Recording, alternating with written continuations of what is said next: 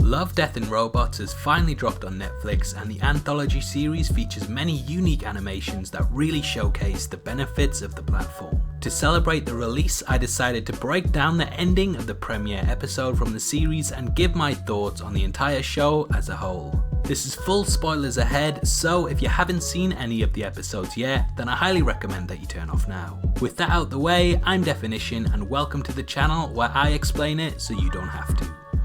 Episode 1, titled Sonnies Edge, is set in a futuristic London that has seen the industrial areas of the city rise in prominence, whilst the slums have slowly fallen into decay and ruin.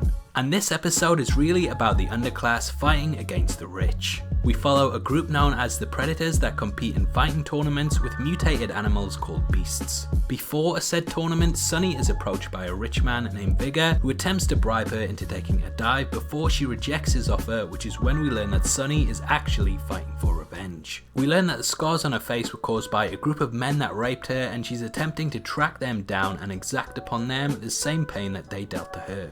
Sonnie enters the arena to fight with her beast named Carnivore, and using a psychic link she takes control of it and has it face off against one named Turboraptor. It's pretty safe to say that the CGI is absolutely phenomenal, and watching the beasts go head to head is outstanding. Whilst Turboraptor is larger in stature and similar to something like Doomsday from the DC universe, Carnivore has speed and agility as well as some amazing Iron Spider-like legs that it uses to slice its opponent to ribbons before ripping off its arm. It's not over yet though, and Turboraptor is packing a blade beneath its skin that it uses to slice Carnivore with before the former cuts into the latter's jugular using the sharp bone on its nose. Backstage, Sonnie encounters Vigar's mistress, who it becomes pretty clear is only with him due to being forced into servitude. She clearly admires Sonnie and asks if she's scared, which the protagonist replies all the time, but that hate is her driving force that keeps her alive. Sonnie is seduced by the girl before being stabbed through the head. This is some Lady Deathstrike level of attack, and whilst Vigar steps forward and tries to kill her through using his mistress to stamp on her head, we learn that Sonnie is in fact a beast within a beast.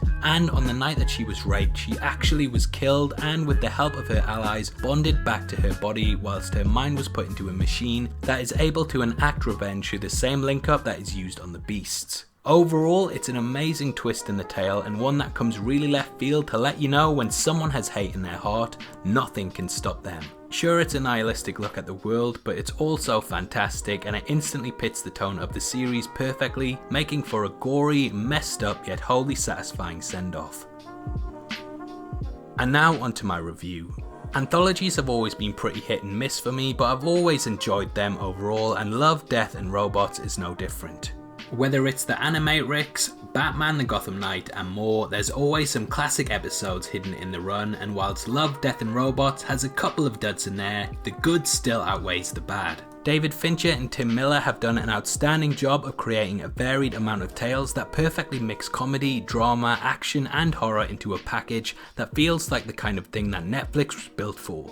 Whilst not every episode will be for everyone, there will be an episode for everyone in there. Whether you like sci-fi, action, horror or just animation, you will be spellbound by the series, and I'm even thinking about binge watching it again because it's that good. Overall, I had a phenomenal time with Love, Death and Robots, and I highly recommend that you take time out this weekend to give it a watch. Obviously, I'd love to hear your thoughts on the show and if there are any episodes in there that you want me to cover. Make sure you leave them in the comments below, and if you enjoyed this video then please like it, and make sure you check out my breakdown of this week's other big Netflix release, Triple Frontier, which will be linked at the end.